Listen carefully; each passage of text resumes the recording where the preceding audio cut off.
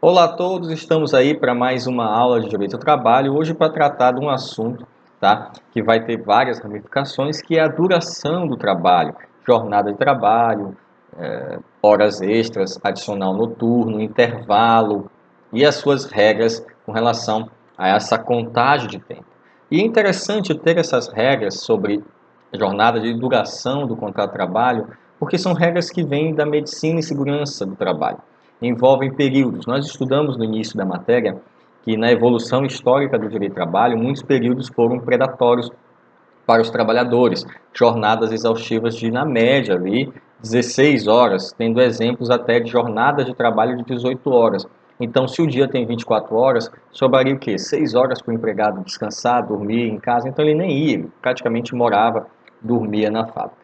Então, as regras de medicina e segurança do trabalho foram evoluindo a tempo e foram se estabelecendo direitos, tá? Que são direitos de ordem pública, ou seja, tem aquela parte do direito público do direito do trabalho, né? Tem aquele viés de direito público, normas públicas imperativas e não renunciáveis, para tentar ali causar um equilíbrio entre o capital e o esforço do trabalhador. Então, essa limitação de tempo de duração do trabalho tem ali a sua fundamentação em três aspectos muito importantes: o aspecto biológico, o aspecto social e, muito importante também, o aspecto econômico, que não pode deixar de ser deixado de lado. Então, senhores, pelo aspecto biológico, o excesso de trabalho traz fadiga, traz estresse, traz cansaço. O trabalhador atinge ali o seu ápice, o seu limite da saúde física, o limite da saúde mental. Então, por esses fatores biológicos, é importante que se fixe ali uma jornada que seja ao mesmo tempo proveitosa economicamente e também não seja, cause danos à saúde, tanto física como mental, do trabalhador. Então, chegou-se a vários estudos e esses estudos continuam evoluindo e depende muito também do tipo de atividade que você faz. Por exemplo, 6 horas trabalhando como atendente de telemarketing, talvez não tenha o mesmo impacto físico que 6 horas carregando peso ou puxando, fazendo esforço, ou também que não é a mesma coisa de 6 horas trabalhando em condições hiperbáricas, 6 horas trabalhando na frente de uma caldeira, 6 horas trabalhando em um local de impacto, ruído de impacto, 6 horas trabalhando submerso. Então, muitas profissões, elas terão ali, inclusive o próprio Ministério Público do Trabalho, e tem ali o Ministério do Trabalho também, tem as suas regras, as suas normas regulamentadoras que até trazem limites de exposição e limites de jornada de trabalho em certas atividades, porque elas são mais desgastantes ao físico, tanto não só físico, mas também a saúde mental do trabalhador. Então é preciso limitar a quantidade de horas trabalhadas para que você não tenha um dano, um prejuízo maior ao empregado, à saúde do empregado. Pelo aspecto social, o trabalhador que vive no serviço, que tem ali suas extensas jornadas de trabalho, pouco tempo tem para a família, para os amigos, ele acaba sendo segregado, ele acaba perdendo os laços, né, de amizade, o convívio, e claro, todo mundo sabe que o ser humano é um animal social, ele precisa desse contato, ele precisa estar com outras pessoas, ele precisa conversar, ele precisa interagir, e se ele vive só no trabalho, ele perde os laços com a família e também perde laços aí com seus colegas de trabalho. Tá? E pelo aspecto econômico, muitas empresas já chegaram a essa conclusão de que um trabalhador cansado, estressado, produz menos e está mais sujeito ali a acidentes de trabalho. Né? Então, não tem vantagens econômicas para o patrão. Porém, isso aqui não é um entendimento. Tá?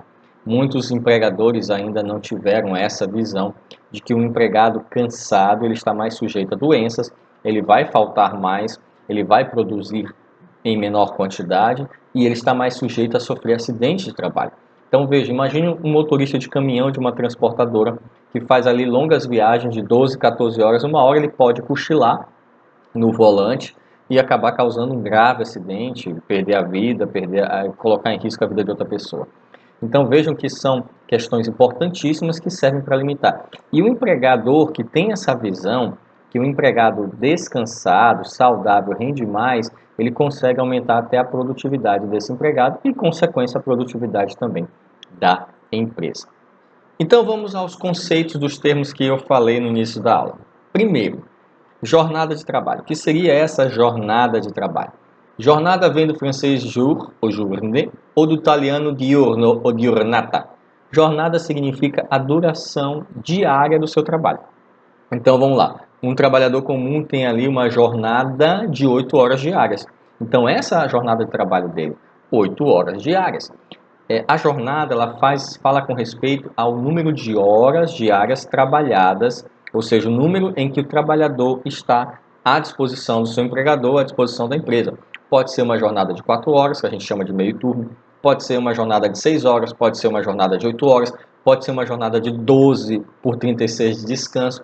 Então a jornada ela vai trazer o conceito de que a quantidade de horas que o trabalhador tem por dia, que ele fica à disposição do seu patrão diariamente. Temos também o horário de trabalho. O horário de trabalho, aí já a diferença dele para o jornada de trabalho, que o horário de trabalho ele diz respeito à hora em que o empregado entra na empresa, a hora que ele sai para o intervalo, a hora que ele retorna e a hora que ele vai para casa. Por exemplo, uma jornada de 8 horas. Então, quantidade de horas trabalhadas, 8. Horário de trabalho, entra às 8, sai às 14 com 1 hora para almoço, 1 hora de intervalo. Volta às 15 e trabalha até às 17 e vai para casa. Isso é horário de trabalho. Veja que ele tem horário. Entra às 8, sai às 14. Tá? Não, perdão. Entra às 8, sai às 12. Eu já estava fazendo um cálculo ali, já ia dar hora extras. Entra às 8, sai às 12, volta às 13 e trabalha até às 17 horas. Pronto, agora eu acertei o exemplo. A de cabeça assim eu peço perdão que eu errei. Então veja, 8 horas, horário de entrada, meio-dia, saída para o intervalo, 13 horas, retorno do intervalo, 17 horas, retorno para casa. Então esse é o horário de trabalho do empregado. Isso é o conceito de horário de trabalho, a hora de entrada, a hora de saída. Isso é importante para... porque dependendo do horário de trabalho do empregado, você vai ver se ele exerce um trabalho diurno, se ele exerce um trabalho noturno, isso vai ser importante para determinar. E jornada é importante para você determinar se ele faz hora extra, se a jornada dele está normal, está completa, ou se ele faz meia jornada. Então esses conceitos é bom a gente já guardar em mente. E por último, duração do trabalho, que é até o tema dessa aula. E duração, na verdade, é um gênero. Dentro de duração está jornada e horário. Por isso ele é o título da aula. Duração, ele fala da quantidade de horas que você trabalha num determinado período maior que um dia. Então, qual é a duração do seu trabalho durante uma semana? Você vai pegar a jornada de trabalho e vai somar. Se eu trabalho 8 horas por dia, de segunda a sexta, e 4 horas no sábado, então minha duração de trabalho por semana é 44 horas. Aí você multiplica por 4,5, aí você tem a duração de trabalho no mês. Depois você multiplica isso por 12, aí tem a duração de trabalho em um ano, em 6 meses. Então, duração de trabalho, ele engloba tanto a jornada quanto o horário de trabalho dentro desse conceito. E você sempre usa para calcular questões macros. Tá? Então, a duração de trabalho é importante quando você vai calcular o salário do empregado. Você vai ver, vamos ver qual é a duração de trabalho dele por mês. Ele ganha por hora R$ 20, digamos assim. Então, ele trabalha de segunda a sexta, 8 horas, é a jornada dele. Mais sábado, 4 horas, é a jornada dele. Somando dá 44 vezes 20, dá tanto. Isso vezes 4,5, que é um mês, mais repouso semanal remunerado, aí você consegue chegar ao salário do empregado. Então veja que é importante você ter o conceito do que é jornada, do que é horário de trabalho e o que é a duração do trabalho. Mas a regra, a CLT, considera como serviço o tempo que o empregado fica à disposição do seu empregador. E isso às vezes traz muita confusão com relação a cálculos. Por quê? O que se considera como trabalhado não é o trabalho efetivo em si. Eu vou tentar explicar. Nem muitos empregados, eles estão à disposição do seu empregador. Vamos dar um exemplo aqui, um entregador. Cheguei lá a falar uma pizzaria aqui, é Domino's, por exemplo. Não ganho nada da Domino's, mas é porque quando eu saio do serviço, eu passo em frente a uma e eu vejo que ela tem contratado mesmo, no quadro de funcionário, que eu já perguntei uma vez, pessoas relativas à entrega. Mas se você passar e não estiver tendo entrega, geralmente eles estão sentados na moto, com o celular, esperando. Aquele tempo ali, tem os que ganham, só um minuto, tem os que ganham por viagem e tem os que ganham mensal. Estou falando dos que ganham mensalmente. O tempo em que ele está ali, sem fazer entrega, ele está recebendo. Pouco importa, né, se ele está efetivamente trabalhando ou não. Ele está à disposição, esperando receber ordens. Esse tempo que ele está à disposição, esperando receber ordens, ele tem direito a receber. Imagina um escritório de advocacia que contrata um office boy. Ele é responsável só para fazer a entrega de carta de cobrança, recebe por mês salário fixo, tranquilo. Ele tem todo esse trabalho. E no dia que não tiver cartas para entregar, e no dia que não tiver documentos para entregar, ele vai ficar à disposição para receber ordens. E se o patrão não der ordens para ele? Ele recebe aquele dia trabalhado. Ele recebe o dia trabalhado. Vejam que essa regra do tempo à disposição não quer dizer que é efetivamente trabalhado. Você pode receber o tempo que você está esperando. Digamos que eu tenho uma loja que acabei de abrir no shopping. Eu contrato uma operadora de caixa. Só que essa loja ainda não fez nenhuma venda. Ela vai ficar lá sentada esperando o vendedor aparecer. E esse tempo que ela está lá, ela recebe salário? Claro, porque ela está à disposição. Tudo vai depender da expertise, da estratégia que o empregador terá para sempre deixar o funcionário dele, pelo menos, em atividade. Senão, ele vai ficar ocioso. É culpa do empregado? Muitas vezes não. Muitas vezes é culpa do empregador que não consegue administrar as atividades que ele passa para o empregado. Só que hoje, com o ritmo de vida acelerado, dificilmente você encontra alguém, né, em um caixa, batendo papo, conversando, jogando, sei lá, um jogo Candy Crush no celular. Não, dificilmente você vai ver, porque o nível, a vida está muito célere, você sempre vai ver a pessoa em atividade, mas existem. Existem muitas funções que a pessoa vai estar à disposição, esperando receber ordem. Então, todo o tempo em que o empregado permanecer à disposição da empresa, trabalhando ou não, deverá ser computado na jornada de trabalho dele. O tempo à disposição independe das atribuições que estão sendo ou não sendo exercidas, e até do local onde o empregado se encontra, porque tem gente que tem horário externo. E muitos, né, tá, a gente vai ver o artigo 62 da CLT, mas muitos ali, eles têm expediente externo e conta, né? Tem hora para sair, tem hora para voltar. Tá? Então vejam que vai depender muito. É o tempo que ele está à disposição para receber ordens e executar essas ordens. Todo e qualquer tempo à disposição deveria estar protegido pelo artigo 4º. Entretanto, o legislador preferiu tratar de forma diferenciada alguns casos em que mesmo a pessoa estando disponível de forma intensa ou menos intensa, tá? Ele vai ter uma remuneração diversa. A gente vai ver esses casos lá na frente. Um deles, por exemplo, é o gerente de banco. Ele está lá à disposição, mas alguns gerentes e cargos de confiança não têm hora extra, então podem fazer jornada de 8, de 10, de 12, vai depender da situação. Horas itinerary. Ele não existe mais. Essa aqui não existe mais. Só que eu gosto sempre de falar para o aluno entender que isso aqui existia. E também trazia muitas vantagens para o empregado. Foi alterado pela reforma trabalhista, a Lei 13.467 de 2017. O artigo 58, tá? Ele traz o conceito de duração do trabalho. Ele diz: a duração normal do trabalho para empregados de qualquer atividades privadas não excederá de 8 horas, tá, diárias. Aí tem as regras excepcionais, mas a regra geral é 8 horas diárias, desde que não seja fixado expressamente outro limite.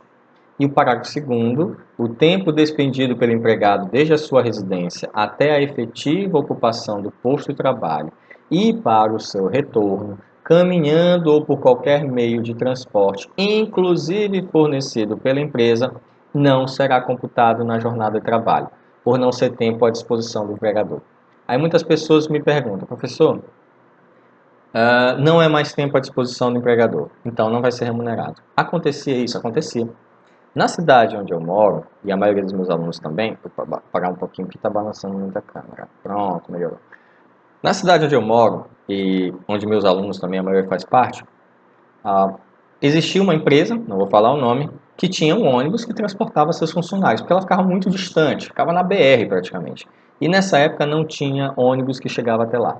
Então o tempo que eles passavam, né, de certo ponto da cidade que não existia mais transporte, até o local de trabalho, já contava como jornada. E esse trajeto às vezes levava 30 minutos, 40 minutos. Então vejam, ele levava 30 minutos para ir, 30 para voltar, já dava 1 hora. Quanto é que sobrava de jornada? 7. E as empresas começaram a fazer pressão, porque essa hora, dentro do ônibus, como o legislador colocou, não é tempo à disposição. Por que não é tempo à disposição? Porque dentro do ônibus eles não faziam nada. Assim, eles não recebiam ordens. Até porque a atividade que a maioria exercia era uma empresa ligada à mineração, não vou falar o nome, mas vocês já devem ter sacado quem é. A atividade que a maioria exercia tinha que ser feita em loco, não dentro do ônibus. Então era um tempo que eles recebiam, mas que eles não estavam à disposição. E aí o legislador, na época da reforma trabalhista, chegou e disse, olha, vamos tirar isso aqui, porque não é tempo à disposição. E veio a redação, aí que vocês estão vendo, que eu separei para vocês do parágrafo 2º. Causou uma revolta? Sim, causou uma revolta. Mas teve um efeito interessante. Quando começou a entrar em vigor essa regra, que foi suprimido do salário a jornada itinerary, o estacionamento lotou, né? Não tinha vaga mais para nenhum carro. Antigamente era vazio, dava até para jogar bola lá, porque eu conhecia o local. Dava para fazer até uma festa lá, uma confraternização, porque o estacionamento ficava vazio. Agora não tem onde colocar carro. E algumas empresas, inclusive, estão cobrando o estacionamento, e isso é tema para outra aula, dos funcionários. Então veja que depois que saiu essa regra da jornada itinerary, que foi revogada pela reforma trabalhista, muitos empregados deixaram de ir no ônibus da empresa e passaram a ir no carro. Por quê? Porque o ônibus da empresa ele dá uma volta na cidade. Então, você via aquele funcionário com aquela típica farda que eles tinham, era reconhecida a qualquer lugar, na parada esperando o ônibus da empresa. Hoje você não tem mais essa visão, eles estão quase raça extinta, porque agora eles vão nos próprios veículos, porque eles chegam mais cedo e saem mais cedo. Não ficam ali 1, 2 horas rodando dentro da cidade no ônibus da empresa. Então teve esse impacto econômico e também do hábito de muitos funcionários. Foi bom ou ruim? Bom, economicamente foi péssimo para muitos empregados. Só o tempo vai dizer os efeitos disso aqui. Há quem concorde que realmente foi uma adequação, que eles não estavam à disposição no transporte, e há quem discorde. Mas tem um detalhe sobre isso aqui. Eu quero muito atenção nesse ponto. A medida provisória do contrato verde e amarelo, inclusive já falei sobre ela aqui, caiu, não foi votada.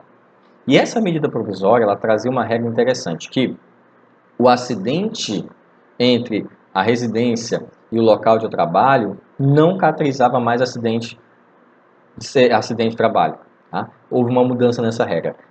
Ah, professor, então quer dizer que com o fim da jornada itinerary, quer dizer que não tinha mais o acidente de percurso? Tinha, porque o parágrafo 2º, ele só fez desconsiderar, tá aqui bem aqui, ó, desconsiderar como jornada de trabalho, mas ainda era considerado acidente de percurso.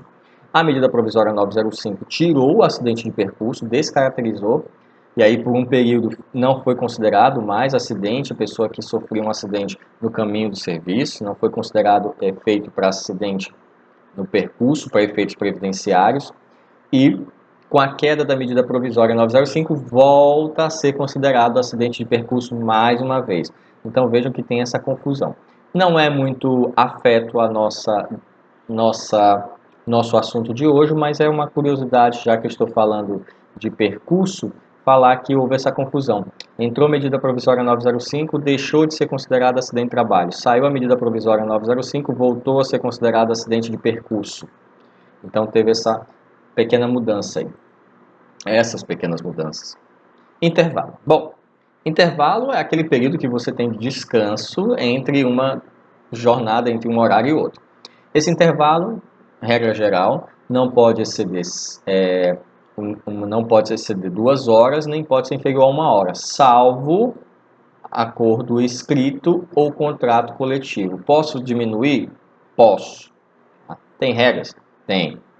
Então vamos lá. Artigo 71. Em qualquer trabalho contínuo cuja duração exceda de 6 horas, é obrigatória a concessão de um intervalo para repouso ou alimentação, o qual será, no mínimo 1 hora e, salvo acordo escrito ou contrato coletivo em contrário, não poderá exceder a 2 horas. E aí vem não excedendo 6, mas ultrapassando 4, terá direito a 15 minutos de intervalo. Abaixo de 4 não tem direito a intervalo nenhum. Tá? A não ser, repito, a não ser que haja uma lei específica para uma função específica. Como assim?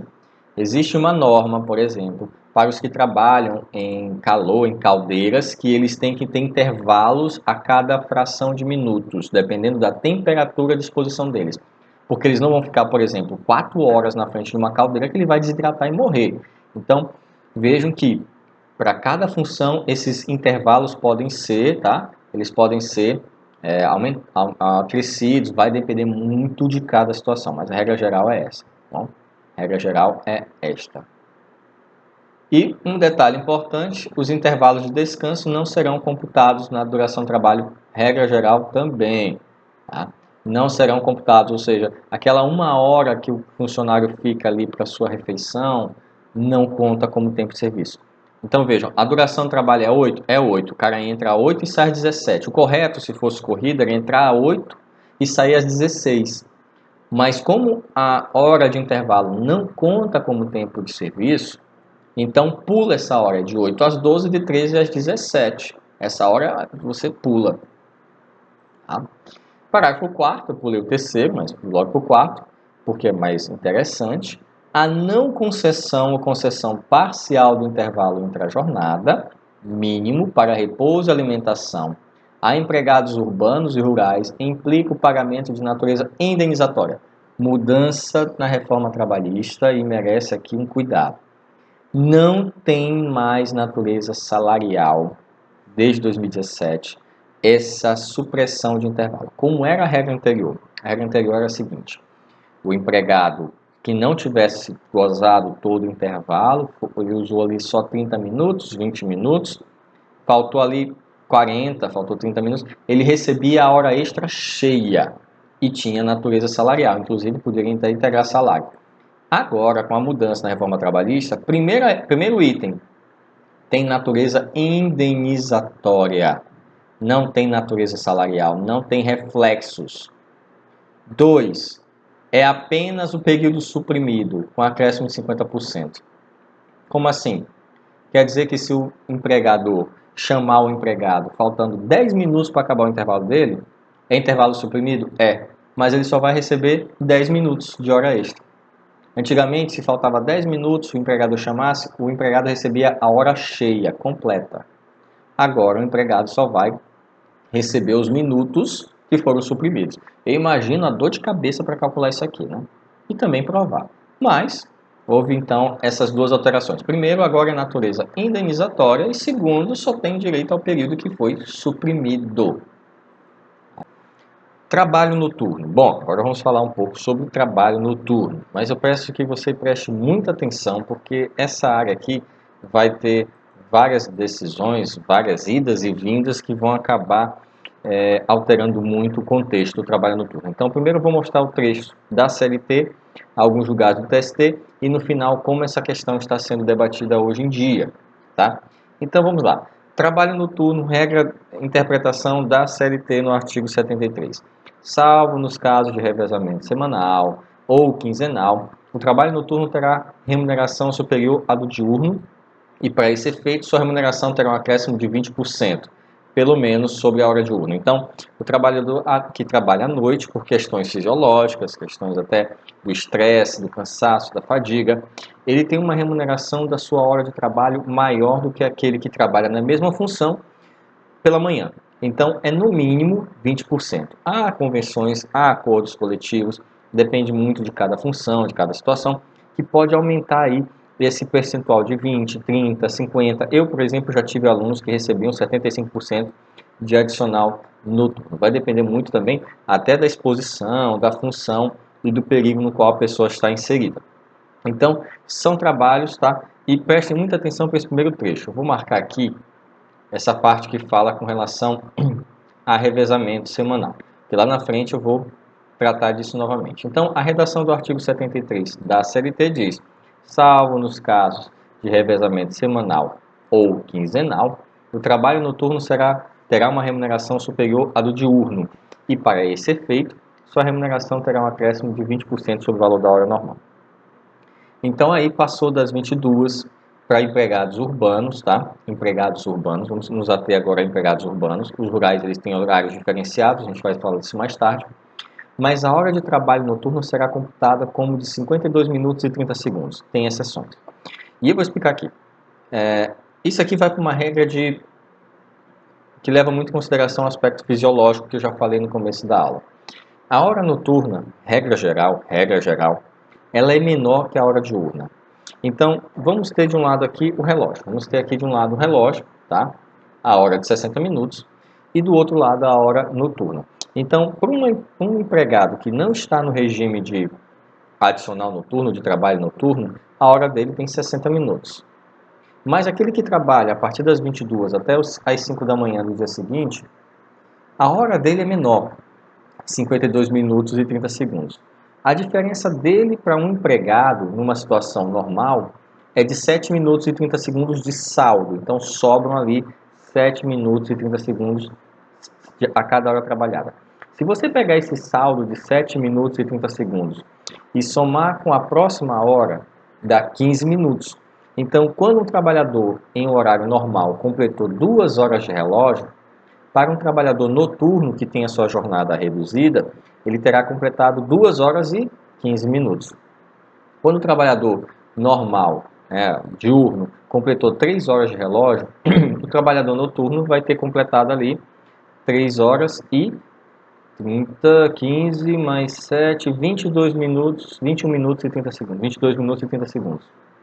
Quando o trabalhador normal completar 4 horas, o trabalhador noturno, ele vai ter completado ali 4 horas e mais 29 minutos, não, 30 minutos. E assim sucessivamente. Vai chegar um momento em que o trabalhador diurno terá feito 7 horas de relógio, mas o trabalhador noturno terá feito 8 horas. Esses 7 minutos e 30 segundos, se você somar, e multiplicar ele por 7, você vai chegar de novo ao valor de 52 minutos e 30 segundos.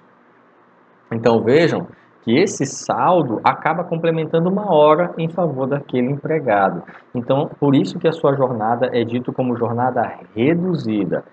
Há exceções? Sim, há exceções. Mas vamos ver quais são essas exceções. Mas vejam que a hora noturna, além de ser remunerada a mais do que a hora diurna, ela tem um valor, uma contagem menor. É o que nós chamamos de hora reduzida. E aí o parágrafo 2º diz: considera-se noturno, para os efeitos deste artigo, o trabalho executado entre as 22 horas de um dia e as 5 horas do dia seguinte. Tá? Então, veja, eu posso ter uma jornada mista. Eu trabalho diurno, só que eu trabalho até meia-noite. Então, eu trabalho até 22 horas, calculada a minha hora diurna, e quando ultrapassar as 22 horas, eu começo a receber 20% a mais até meia-noite. Por isso, muitas faculdades, tá? Elas resolveram mudar os horários dos seus professores, que muitos tinham ali o recebimento de adicional noturno, porque eles davam aula antigamente das 19 até as 22h30. Esses 30 minutos sobressalente, esses 30 minutos que ficaram a mais, eles eram pagos como horário noturno, ou seja, 20% acima do valor da hora. E aparecia ali no contra-cheque. Eu fui um desses professores mais antigos, que trabalhava até as 22h30, não vou revelar a minha idade, mas já tive essa jornada de trabalho, e recebia ali 30 minutos de adicional noturno. No final do mês dava uma quantia considerável, assim, fazia uma pequena diferença. Então vejam que não existe mais. Agora, a maioria das faculdades à noite, entre as 18h30, sai às 22 horas, porque quando dá 22 horas não tem direito a adicional noturno mais.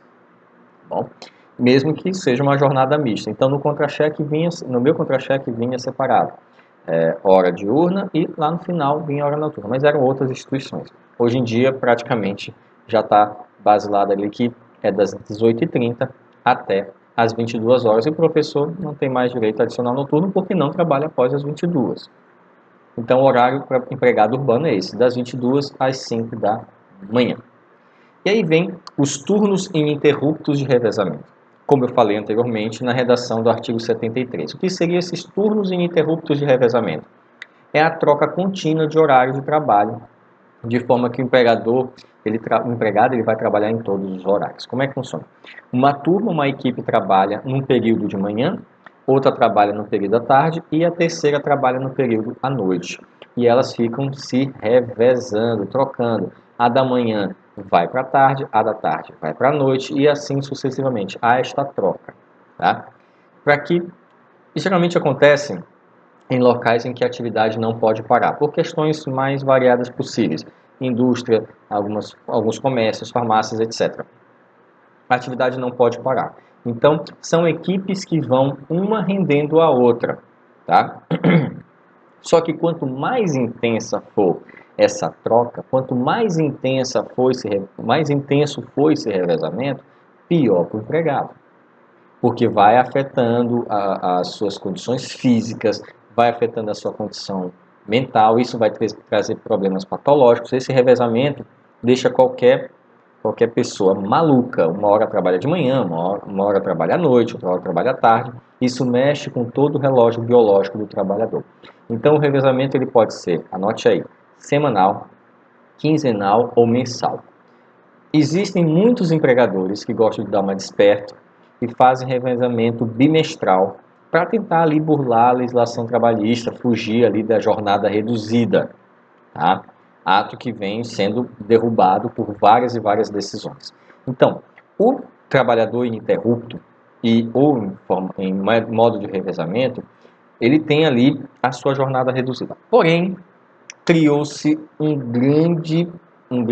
grande discussão jurídica sobre isso. Eu quero que você preste atenção.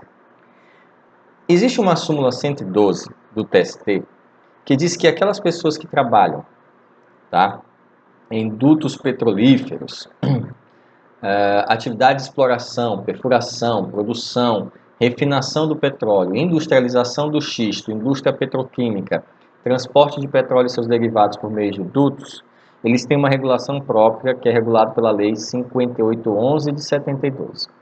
E a eles não se aplicaria essa jornada reduzida de 52 minutos e 30 segundos prevista aí na nossa CLT. E qual a confusão jurídica que tudo isso causou? Porque muitos julgados começaram a aplicar, por analogia, essa súmula dos petrolíferos aos empregados que estavam no sistema de revezamento. Só que tem uma orientação jurisprudencial, a número 395 da seção de dissídios individuais da primeira turma, que começou a dar um choque aí com relação a essa súmula 112. O que ela diz ao JS?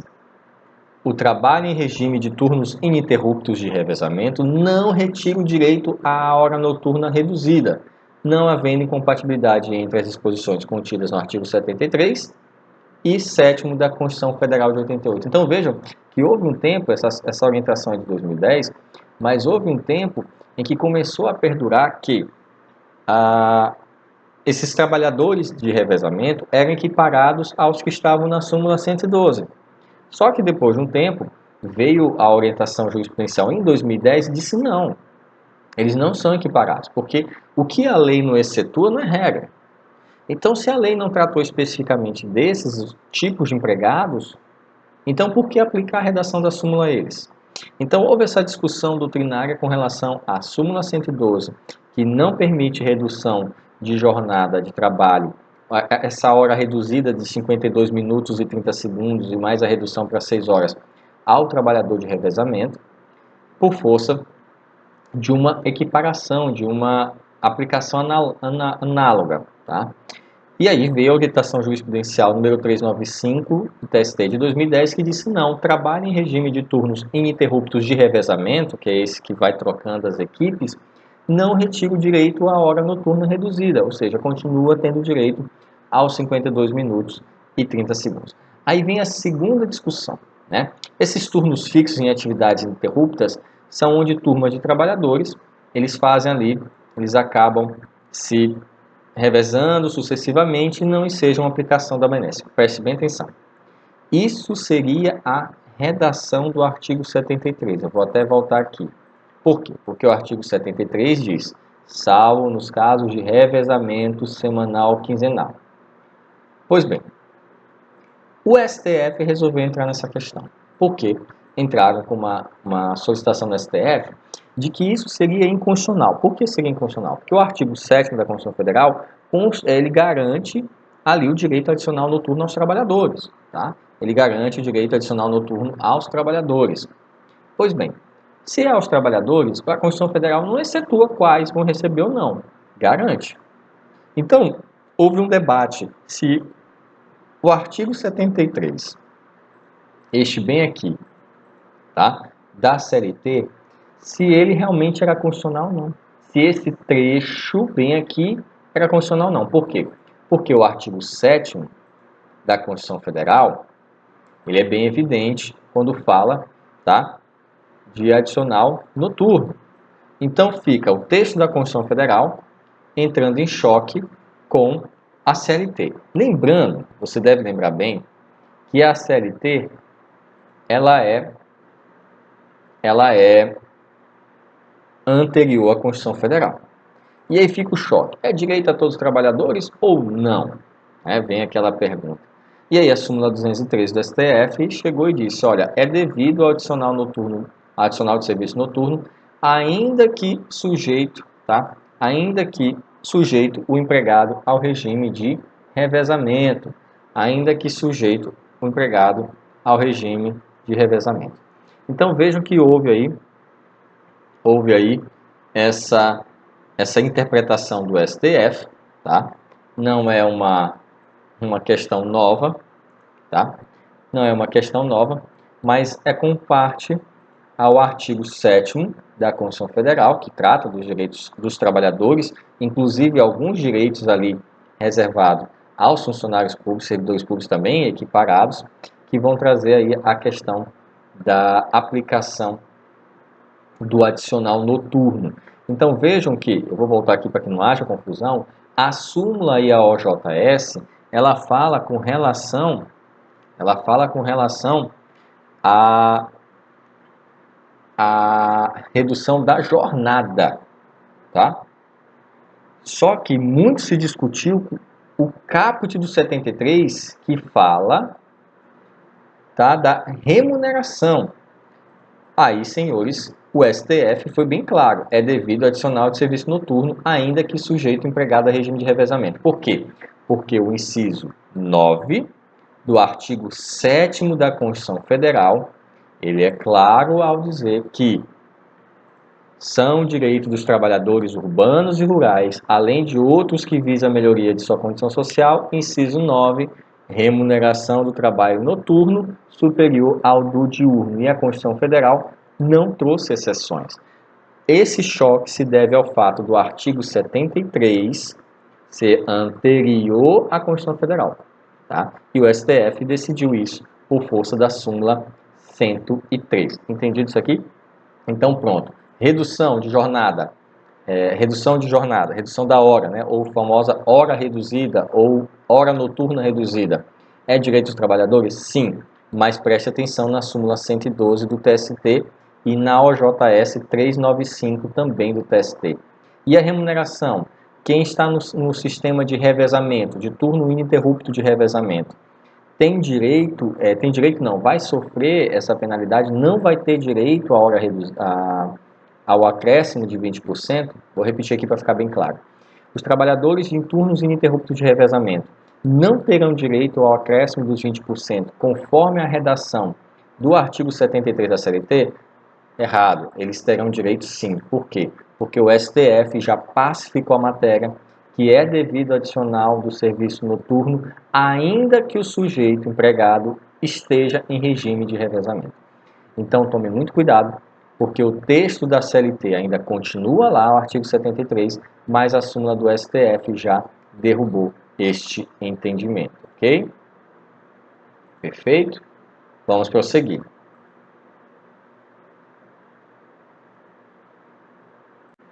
Horas extras. Aqui começa a vir o assunto que as pessoas começam a se interessar. Artigo 58. A duração normal do trabalho, já falei, para os empregados em qualquer atividade privada não vai exceder ali às 8 horas diárias, desde que não seja fixado expressamente outro limite. Não serão computados, nem descontados nem computados como jornadas extraordinárias, variações de horário legítimo ponto, que não excedam de 5 minutos, observado o limite máximo de 10. Aqueles pequenos atrasos na saída e na entrada. 59. A duração diária do trabalho poderá ser acrescida de horas extras em número não excedente de 2, por acordo individual, convenção coletiva ou acordo coletivo de trabalho. Então pode chegar até no máximo 10. 8 normais, 2 horas extras. E essas horas extras são remuneradas mais caras, no mínimo 50%. Por que no mínimo 50%? Vai depender aí se a sua categoria tem algum acordo ou convenção coletiva que acabe aumentando esse período. Pode ser que aumente de 50 para 70. Eu conheço alunos que trabalhavam à noite e pela atividade deles ser muito cansativa, eles recebiam hora extra. Agora um detalhe, adicional sobre adicional. Como assim adicional sobre adicional? Eu vou explicar. Se essa hora extra ela é exercida numa atividade noturna, ela é calculada sobre a hora noturna. Adicional de hora extra em cima de adicional de noturno. Se ela é feita numa atividade insalubre, ela é calculada em cima do adicional de salubridade, ou seja, a hora insalubre. Se ela é feita com uma atividade perigosa, ela é calculada em cima do adicional de periculosidade, a hora perigosa. Então vejam que ela leva em consideração a hora efetivamente trabalhada. Se foi noturna, se foi insalubre ou se foi perigosa, o cálculo vai ser em cima dessas condições. O que, no meu ponto de vista, é justíssimo, porque o empregado está executando hora extra em cima de uma atividade que já é perigosa. Então, é uma exposição a mais naquela atividade perigosa, insalubre ou noturna. Mas o mínimo é 50%, eu já vi gente ganhando 75%. Ou 100%, né? 2. Parágrafo 2º. Poderá ser dispensado o acréscimo de salário. Essa parte não é muito boa. Se por força de acordo ou convenção coletiva de trabalho, o excesso de horas em um dia for compensado pela correspondente diminuição em outro dia. É o que nós chamamos de compensação direta. Vou explicar. Primeiro eu vou ler todos e vou explicar um a um.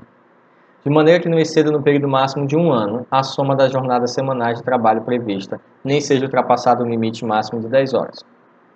E aí vem o banco de horas, que trata o parágrafo 2º deste artigo, poderá ser pactuado por acordo individual escrito, desde que a compensação ocorra no período máximo de 6 meses. Posso aumentar esse período para compensar o banco? Posso. Tá? Posso para um ano se tiver acordo com convenção coletiva. Em exceção ao disposto no artigo 59, em leis específicas, é facultado às partes, por meio de convenção coletiva ou acordo coletivo de trabalho, estabelecer horários de trabalho de 12 horas seguidas por 36 ininterruptas de descanso, observado ou indenizado os intervalos de repouso e alimentação. Eu posso dar 12 horas seguidas, indenizar o intervalo com mais uma hora, e aí ter a jornada 12 por 36. Bom, antes de falar de quem não tem direito às horas extras, é um ponto interessante aqui. Compensação direta, para vocês entenderem. Na construção civil, por norma de convenção coletiva, um exemplo. O funcionário ele trabalha de segunda a quinta, 9 horas. Ou seja, entre as 8, intervalo meio-dia, volta 13, sai às 18. Se você somar segunda, terça, quarta, quinta, 9 horas. Sexta-feira ele trabalha só 8 horas. Sábado ele não trabalha. Por que sábado ele não trabalha?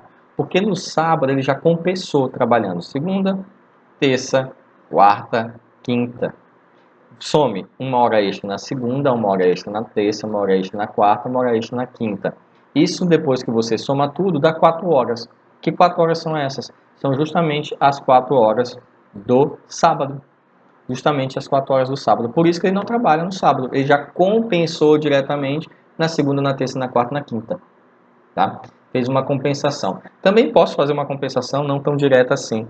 Eu posso trabalhar hoje e concordar com o meu chefe, olha, eu trabalhei hoje até mais tarde e amanhã sai mais cedo. Isso acontece muito também com quem é adventista do sétimo dia. Acorda com o empregador de não trabalhar sexta-feira depois das 17 horas ou 16 horas, e não trabalhar no sábado e compensar no domingo. Isso pode ser feito individualmente também, vai depender do acordo. Já o banco de horas não. No banco de horas, aquelas horas extras vão se acumulando, como se fosse uma poupança de horas. E quando chega a um determinado ponto, você pode optar por trocar por um dia de folga. Então, eu fiz uma hora extra hoje, fiz 2 horas da semana que vem, e assim até alcancei 8. 8 horas. Eu posso chegar para o meu empregador e dizer, olha, quero um dia de folga porque eu quero usar meu banco de horas. Só tem um detalhe. Quem escolhe o dia é o empregador, não é o empregado. Então, cuidado com esse detalhe do banco de horas. Quem escolhe o dia para descontar o banco de horas é o empregador. Ele pode deixar que o empregado se resolva, mas a regra é que quem escolhe é o empregador, que vai dizer qual vai ser o dia que ele vai descontar aquelas horas acumuladas no banco de horas. Artigo 62. Quem não tem direito à hora extra? Bom, quem não tem direito à hora extra são os que não estão abrangidos pelo regime previsto neste capítulo. Ele cita os empregados que exercem atividade externa incompatível com a fixação de horário de trabalho, devendo tal condição ser anotada na carteira de trabalho. Vendedores externos, por exemplo. Eles não têm horário, se não tem horário, não tem hora extra. 62. Os gerentes, assim considerados exercentes de cargo de gestão, os quais se equiparam para efeito do disposto nesse artigo, os diretores e chefes de departamento ou filiais. Eu joguei o parágrafo único aqui antes do inciso terceiro só para questões didáticas, tá? Por isso que eu botei um asterisco. O regime previsto neste capítulo será aplicável aos empregados mencionados no inciso segundo deste artigo, quando o salário de cargo de confiança, compreendendo a gratificação de função, se houver, for inferior ao valor do respectivo salário efetivo acrescido de 40%. Então, para ele não receber as horas extras, o gerente, ele tem que receber 40% a mais no salário. É justo, né? Não vai receber hora extra, mas vai receber um acréscimo de função. E aí, continuando, os empregados em regime de teletrabalho. Bom, um parêntese com relação a isso aqui, o tal do teletrabalho. A Lei da Liberdade Econômica, ou Liberalidade Econômica, no final do ano passado, ela trouxe mudanças nisso aqui. Por quê? Não se exigia controle de jornada em teletrabalho. Então, se não tem jornada de trabalho, essa é a regra. Não tem controle de jornada, não tem horas extras.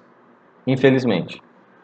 Só que a Lei da Liberdade Econômica trouxe a possibilidade de se ter controle de jornada de trabalho em teletrabalho, o que, na minha opinião, desvirtua o teletrabalho. É uma desvirtuação do conceito, porque o teletrabalho é aquele que não tem jornada. E veio a Lei da Liberdade Econômica e disse, olha, o empregador, se quiser, pode colocar a jornada de trabalho no teletrabalho. Aí não é teletrabalho, é trabalho remoto, que é diferente. O regime de teletrabalho é específico. O trabalho em residência é outro. Ah, não é a mesma coisa. Teletrabalho é sem jornada de trabalho. O trabalho na residência, o trabalho em domicílio, pode ter controle de jornada de trabalho, sim. Mas, com fusões feitas, ficou o controle. Só que é um detalhe. Se o empregador começar a exigir jornada, se o empregador começar a exigir horário de trabalho para esse funcionário em teletrabalho, ele passa a ter direito a horas extras. Tá? Ele passa a ter direito às horas extras, porque conta como tempo à disposição.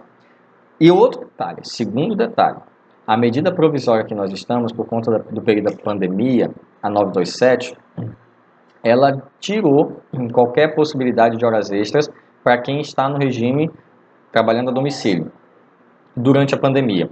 Ela colocou lá no seu artigo 4º que não será considerado tempo à disposição o tempo que o empregado que estiver trabalhando em home office e esteja em celular, dispositivo, eletrônico, etc. Eu fiz um vídeo sobre o julgado do TST e coloquei essa observação. O TST reconheceu como horas extras o tempo que o funcionário passa no celular durante o final de semana, mas ele reconheceu porque estava julgando uma ação de 2015, né? Em 2015 não tinha pandemia. Só que quando cair a medida provisória 927, a gente volta às regras anteriores, ou seja, passa a ser tempo extra, tempo à disposição. Então, muito cuidado na parte do regime do teletrabalho. Ele não dá direito às horas extras. Mas se o empregador começar a ter controle da jornada de trabalho, vai ter direito a horas extras, tá? Já tem jurisprudência a respeito. E tome muito cuidado, tá? Com a questão da medida provisória 927 da época da pandemia. Compensação de jornada, como eu falei lá atrás. O regime de compensação ocorre quando houver aumento da jornada em um dia e a correspondente diminuição em outro dia, de forma a garantir o módulo semanal de 44 horas. É um ajuste, né? Vai se ajustando a jornada de trabalho. A compensação de jornada é gênero e dentro tem o tradicional banco de horas, tá? Compensação tradicional e a compensação por banco de horas. A compensação de jornada tradicional é aquela em que o módulo semanal mensal é respeitado e o horário de trabalho por dia é fixado previamente, como, por exemplo, eu falei, o caso do funcionário da construção civil. O da construção civil já é pré-fixado, ele já sabe que segunda a quinta vai trabalhar 9 horas e que na sexta vai trabalhar só 8, e que sábado já está compensado, está na própria convenção coletiva dele, pré-fixado. Tá? E aí o exemplo que justamente o que eu falei, tá? Tá aí na tela para vocês. Eu não vou ler de novo porque eu já falei isso aqui 2 vezes, mas está aí no slide para vocês justamente o exemplo que eu citei. O outro, tá? São previamente ajustados, de 8 horas às sextas, 9 de segunda a quinta, totalizando 44. Então veja que houve aumento num dia e a compensação no sábado.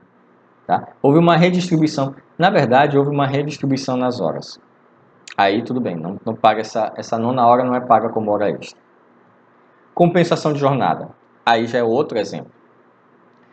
Acontece com os vigilantes que através do convênio coletivo tem jornada de 12 horas por 36 descansos, de forma que no mês fica respeitado o limite constitucional.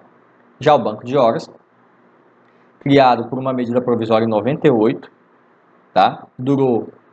Tinha regra de até 120 dias de compensação. Mais tarde, com a nova redação para compensações, foi-se até 1 ano, tá? Também por força de uma medida provisória de 2001. E aí, vídeo o artigo 59, parágrafo 2º da CLT, que eu já falei sobre banco de horas. E o artigo 611-A da CLT. Esse aqui, senhores, merece uma atenção. Por quê? Porque a reforma trabalhista também trouxe alterações no que chamamos convenção, acordo coletivo e as funções dos sindicatos. Os sindicatos eles poderão, tá, dispor ali, através de acordo ou convenção coletiva, regras, tá? Regras condizentes aí a grau de salubridade, periculosidade, tá? Ou seja, a convenção coletiva e o acordo coletivo de trabalho vão prevalecer sobre a lei, mas respeitando o princípio da norma mais benéfica. Já tem decisões do TST sobre isso.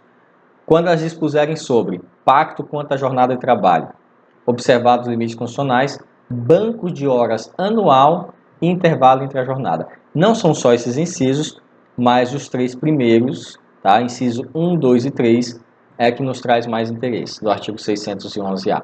Então, através de convenção coletiva, os sindicatos, né, as convenções, poderão estabelecer regras que vão dispor sobre banco de horas, jornada de trabalho, observado os limites, tá? E também ao intervalo entre a jornada, que é aquele intervalo entre uma jornada e outra. Tá? Outra questão. Alteração da jornada. Não se deve confundir alteração de horário de trabalho com alteração de jornada.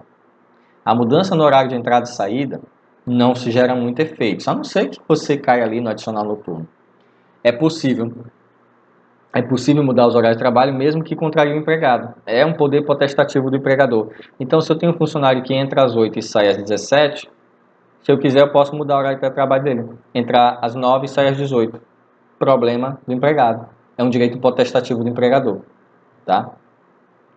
Então, eu posso variar, Carlos. Eu posso variar o horário de trabalho do empregado. Mas a jornada é difícil. Aí é outra história. Tá? Mas o horário de trabalho tem exceções. Quando houver do diurno para o noturno, ou do diurno para o misto, ou quando houver cláusula que proíba a alteração do horário de trabalho. Aí eu já começo a limitar esse tal poder potestativo do empregador. A mudança de jornada é aceita? Sim, tá? Em alguns casos. Quando for favorável ao trabalhador, e isto ocorre quando houver redução do trabalho diário, sem a correspondente diminuição do salário. Mas, parêntese bem aqui, estamos vivendo um período de anormalidades, em que a medida 936 permitiu a redução da jornada de trabalho.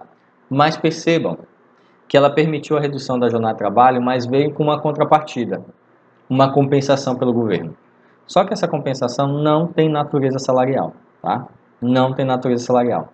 Então, como estamos vivendo tempos ímpares, né? Tempos, digamos assim, esquisitos no sentido legal, eu posso ter ali a redução e a compensação pelo governo federal, né? Essa compensação está sendo proporcional ao tempo que o empregado teve de redução de salário, ao quantitativo, 30%, 25%, 45%. Contrato por tempo parcial. Bom, sempre foi possível ajuste salarial inferior ao mínimo legal, mas preste bem atenção. Mínimo legal não, mínimo mensal. Nós temos uma ideia muito equivocada de que o salário mínimo ele é X. Esse é o mínimo mensal. A gente sempre tem que falar salário mínimo mensal. Porque se você pegar o salário mínimo mensal e dividir pelos dias trabalhados, você vai ter o salário mínimo diário. E se você pegar o salário diário e dividir por 8 horas, você terá o salário mínimo por hora. Então ninguém pode receber o salário mínimo por hora, proporcional. Então se eu tenho uma empresa, contrata um empregado para receber um salário mínimo, só que o outro entra na empresa também e trabalha meio turno, ele vai receber meio salário. Essa é a regra, ele vai receber meio salário. Porque o salário vem proporcional ao tempo de serviço. Se o empregado trabalha meio turno, meio salário. Então veja que eu não estou seguindo a ideia do salário mínimo. Porque o salário mínimo ele tem um sobrenome que muitas pessoas não falam. Salário mínimo mensal. Quando você olha a portaria que fixa o salário mínimo, tá? Esse ano foi por uma medida provisória, quando você olha, lá está disposto o valor do salário mínimo por hora, por semana, por dia, por quinzena, por mês. E esses valores têm que ser calculados quando eu quero fazer um contrato parcial, a famosa meia jornada, tá? E a jornada noturna do artigo 73 já falei, a hora é reduzida, tá? E vai das 22 às 5 da manhã.